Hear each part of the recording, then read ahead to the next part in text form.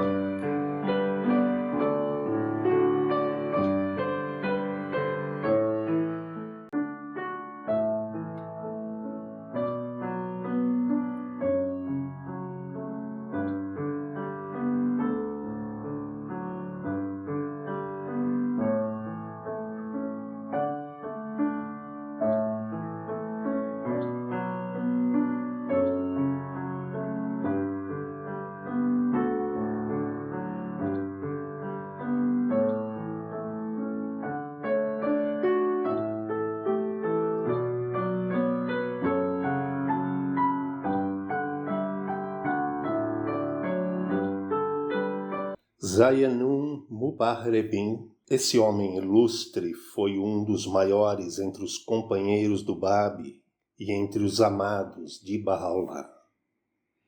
Enquanto vivia como muçulmano, já era afamado por sua pureza e pela santidade da sua vida. Era talentoso e dono de muitos dons, em vários aspectos. Era líder e o exemplo espiritual para toda a população de Najaf-Abad. E as pessoas eminentes daquela área demonstravam-lhe ilimitado respeito. Quando falava, sempre lhe cabia a opinião decisiva. Quando emitia algum julgamento, esse era implementado. Era conhecido por todos como padrão e autoridade de última instância. Logo que ouviu falar da declaração do Bab, bradou do fundo do coração: Ó nosso Senhor, realmente ouvimos a voz daquele que chamou. Ele nos chamou para a fé. Crê tu em teu Senhor, e cremos. Livrou-se de todos os véus que lhe velavam a vista. Suas dúvidas se desfizeram e ele começou a exortar e glorificar a beleza prometida de outrora. Em seu próprio lar em Isfahan, tornou-se famoso por declarar para todos os ventos que o advento daquele há muito desejado havia ocorrido.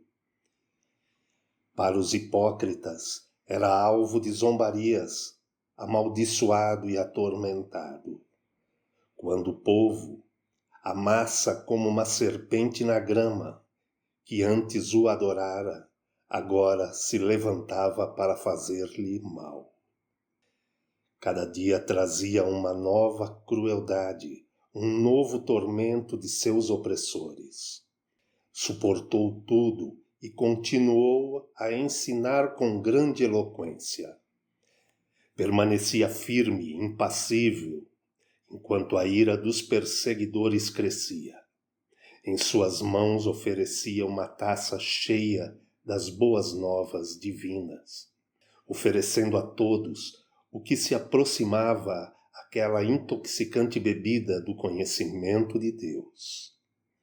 Não tinha medo algum, não se incomodava com o perigo e velozmente seguia o sagrado caminho de Deus. Após o atentado contra a vida do Shah, entretanto, não havia abrigo em lugar algum. Não havia noite ou manhã sem aflição intensa.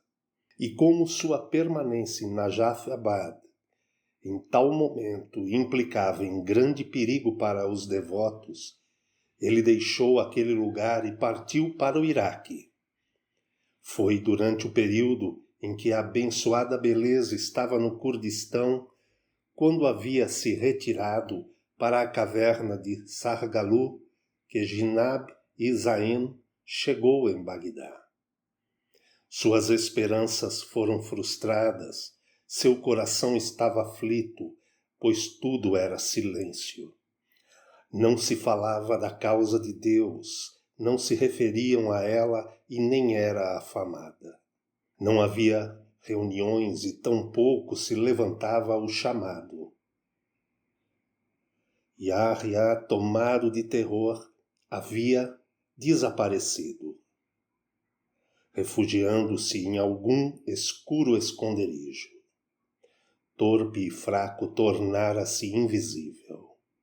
Embora procurasse muito, Jinab-Zain não encontrou uma só alma.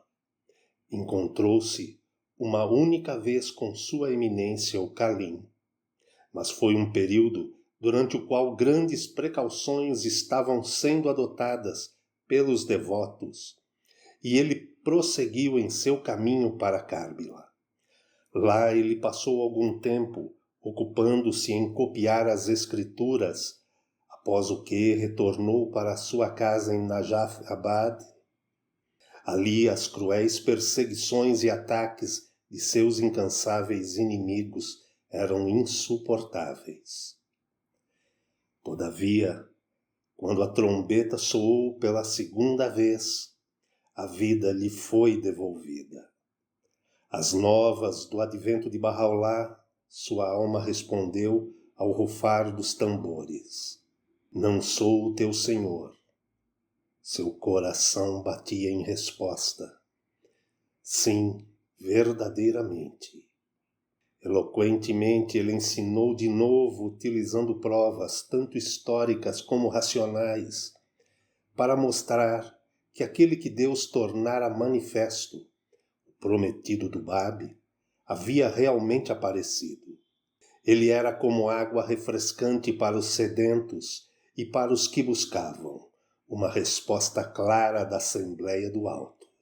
Em seus escritos e suas palavras era o primeiro entre os corretos. Em suas explicações e comentários, um poderoso sinal de Deus. Na Pérsia, sua vida corria perigo iminente, e como a sua permanência em Najaf-Abad teria provocado os agitadores e causado tumulto, ele se apressou a Adrianópolis, buscando refúgio com Deus e brandando enquanto avançava. Senhor, Senhor, eis-me aqui. Vestido com o traje do amante da peregrinação, ele alcançou a Meca de seus desejos. Por algum tempo lá permaneceu na presença de Bahá'u'lláh, depois do que recebeu ordens para partir com Jinab, Mirza Jafar Yazdi e disseminar a fé. Voltou à Pérsia e começou a ensinar eloquentemente, de modo que as boas novas do advento do Senhor ressoaram nos altos céus.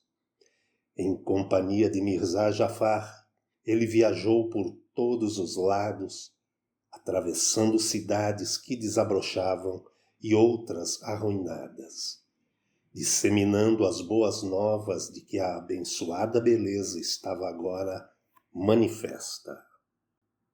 Mais uma vez retornou ao Iraque, onde era o centro de todas as reuniões e alegrava os seus ouvintes. Em todos os momentos deu sábios conselhos, em todos os momentos era consumido pelo amor a Deus. Quando os devotos foram aprisionados no Iraque e banidos para Mossul, Jinab-Zain tornou-se seu líder. Permaneceu por algum tempo em Mossul, sendo um consolo para os demais, trabalhando para solucionar os seus inúmeros problemas. Despertava o amor no coração das pessoas, tornando-os bondosos uns para com os outros. Mais tarde solicitou permissão para servir a Bahá'u'lláh. Quando recebeu a autorização, chegou à prisão e teve a honra de apresentar-se a seu bem-amado. Dedicou-se então a escrever os versos sagrados e a estimular os amigos. Era o próprio amor para os emigrantes e aquecia os corações dos viajantes. Jamais descansava por um minuto sequer e recebia novas graças e bênçãos todos os dias, enquanto anotava as escrituras barrais com escrupuloso cuidado. Desde a sua juventude até o seu último suspiro, esse homem eminente jamais falhou no serviço à manifestação. Após a ascensão, foi consumido por tal tristeza, por tantas e tão constantes lágrimas e tal angústia, que com o passar dos dias ele definhou. Permaneceu fiel ao convênio e foi um íntimo companheiro desse servo da luz do mundo. Mas desejava retirar-se dessa vida e aguardava a sua partida a cada dia. Finalmente, sereno e feliz, alegrando-se pelas novas do reino, ele ascendeu àquela terra misteriosa. Lá foi libertado de toda tristeza e no lugar da reunião dos esplendores foi imerso em luz. Com ele estejam saudações e louvor do reino luminoso e a glória do Todo-Glorioso da Assembleia no alto. Grande seja a sua alegria de estar naquele reino eterno. Que Deus lhe conceda uma exaltada posição no paraíso de Apá.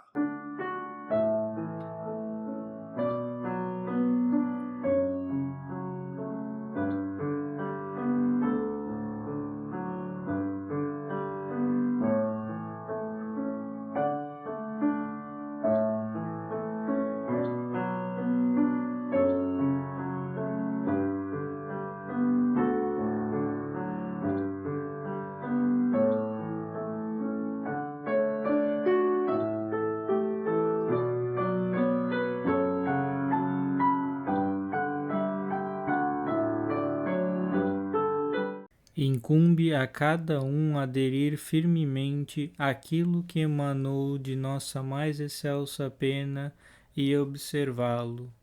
Deus, o verdadeiro, dá-me testemunho, e todo o átomo existente é impelido a testificar que tais meios que conduzem à elevação, ao progresso, à educação, à proteção e regeneração dos povos da terra têm sido claramente expostos por nós e revelados nos livros sagrados e nas santas epístolas pela pena de glória. Suplicamos a Deus que benevolamente auxilie seus servos.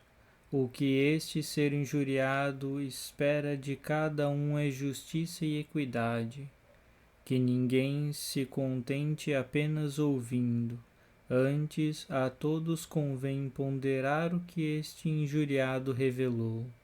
Juro pelo sol das palavras que brilha acima do horizonte do reino do Todo Misericordioso. Se tivesse havido algum esclarecedor orador discernível, nós não nos haveríamos tornado objeto de censura, do ridículo e da calúnia do povo. Ao chegarmos no Iraque, encontramos a causa de Deus mergulhada em apatia profunda. Aquietara-se a brisa da revelação divina. A maioria dos crentes estava desalentada, esmorecida, não ainda mais, completamente perdida e morta. Houve, pois, um segundo toque de clarim, com o qual a língua da grandeza pronunciou estas benditas palavras. Fizemos soar o clarim pela segunda vez. Assim o mundo inteiro se vivificou através dos sopros vitalizadores da revelação e inspiração divinas. De trás dos véus avançaram agora certas almas, determinadas a infligir dano a este ser injuriado. Têm impedido e negado a emanação dessa inestimável graça. Ó vós que julgais com equidade, se esta causa há de ser negada, que outra causa neste mundo então poderá ser vindicada ou considerada digna de aceitação? Aquelas pessoas que se afastaram da causa de Deus procuraram diligentemente colecionar os sagrados escritos desta revelação e já conseguiram, mediante gestos de amizade, obter daqueles que o tinham em seu poder certos destes escritos. Além disso, ao encontrarem-se com os seguidores de qualquer religião, apresentam-se como seus adeptos. Dize, morrei vós em vossa ira. Verdadeiramente, ele apareceu com tão grande autoridade que nenhum homem que possui visão e audição, nenhum homem de percepção, de justiça ou equidade, jamais o poderá negar.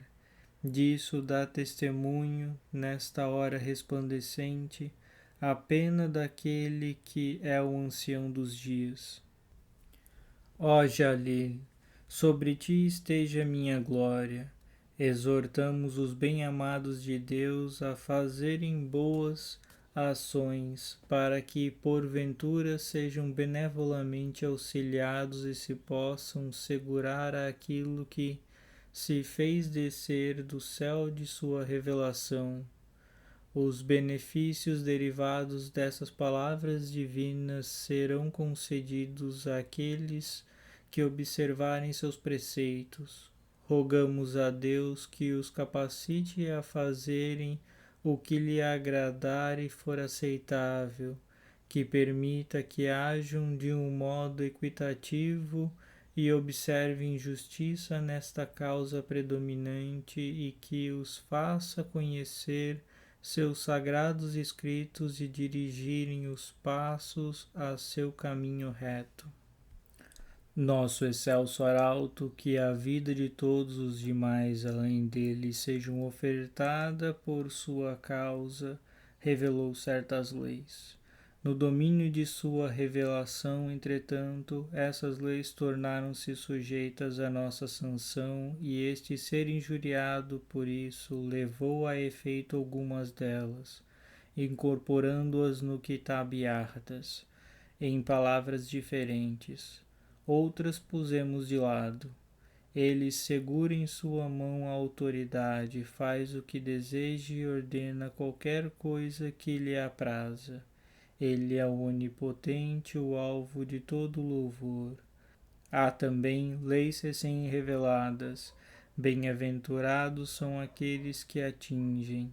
Bem-aventurados são aqueles que lhe observam os preceitos. O povo de Deus deve esforçar-se o mais possível para que, porventura, o fogo do ódio e da malícia que está latente nos peitos das raças e nações possa ser extinguido pelas águas vivificadoras da expressão e das exortações daquele que é o desejo do mundo, e as árvores da existência humana possam ser adornadas com excelentes e admiráveis frutos. Ele, em verdade, o admoestador, o compassivo, o todo-generoso. Que o brilho de sua glória, o qual irradia acima do horizonte da graça, esteja sobre vós, ó povo de Bahá, sobre cada um que se mantém firme e constante, sobre aqueles bem fundamentados na fé e dotados de verdadeira compreensão.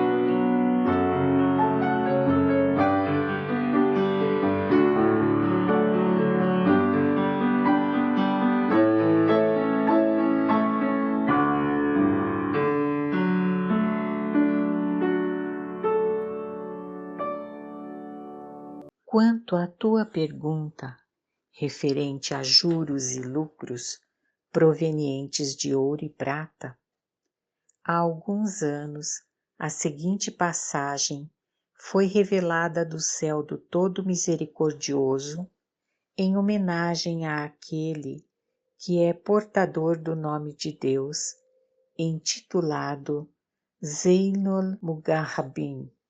Sobre ele esteja a glória do mais glorioso. Ele, exaltada seja a sua palavra, diz: muitas pessoas necessitam disso, pois se não houvesse perspectiva de se ganhar juros, os interesses dos homens sofreriam colapso ou desequilíbrio. Raramente se pode encontrar uma pessoa que manifeste tal consideração para com seu semelhante, um patrício seu ou seu próprio irmão, e lhe mostre tão terna solicitude que esteja disposta a conceder-lhe um empréstimo em termos de benevolência. Como sinal de favor aos homens, pois, temos prescrito que juros sobre dinheiro sejam considerados como outras transações de negócios correntes entre os homens. Assim, havendo esse mandamento claro, descido agora do céu da vontade de Deus, é legítimo e apropriado cobrar juros sobre dinheiro, para que o povo do mundo, em espírito amistoso e fraternal, e com alegria e júbilo, possa devotar-se à glorificação do nome daquele que é o bem-amado de toda a humanidade.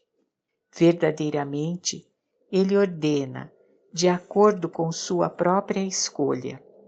Legitimou ele agora juros sobre dinheiro, assim como no passado fizera isso ilegal. Dentro de suas mãos, segura ele o reino da autoridade. Ele age e ordena. É ele, em verdade, quem ordena o onisciente. Rende tu graças a teu Senhor, ó Zeinul Mugarrabim, por este favor manifesto.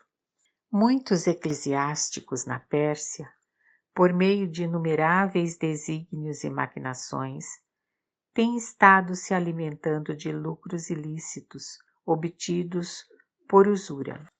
Eles têm inventado maneiras de dar à sua forma exterior uma razoável aparência de legalidade. Tornam os preceitos e leis de Deus objeto de ludíbrio, mas não o compreendem. É este um assunto, entretanto, no qual se deve exercer moderação e equidade. Nossa pena de glória, como sinal de sabedoria e para a conveniência de todos, desistiu de lhe estabelecer o limite. Exortamos os bem-amados de Deus, no entanto, a observarem justiça e equidade e a fazerem o que possa incentivar os amigos de Deus a mostrarem terna misericórdia e compaixão uns para com os outros. É ele, em verdade, o conselheiro, o compassivo, o todo generoso. Permita a Deus que, por sua graça, todos os homens sejam ajudados a observar aquilo que a língua do Deus uno e verdadeiro tem pronunciado. E se puserem em prática o que nós temos exposto, Deus, exaltada seja a sua glória, haverá seguramente de lhes dobrar a porção, através do céu de sua generosidade. Em verdade, ele é o generoso, o clemente, o compassivo. Louvado seja Deus, o mais excelso, o mais grandioso. O tratamento desses assuntos, no entanto, foi entregue aos homens da Casa de Justiça para que os pudessem pôr em vigor, de acordo com as exigências do tempo e os ditames da sabedoria. Mais uma vez exortamos todos os crentes a observarem justiça e equidade e a manifestarem amor e contentamento. São eles, em verdade, o povo de Bahá, os companheiros da arca carmesim. Sobre eles esteja a paz de Deus, Senhor de todos os nomes, o Criador dos céus.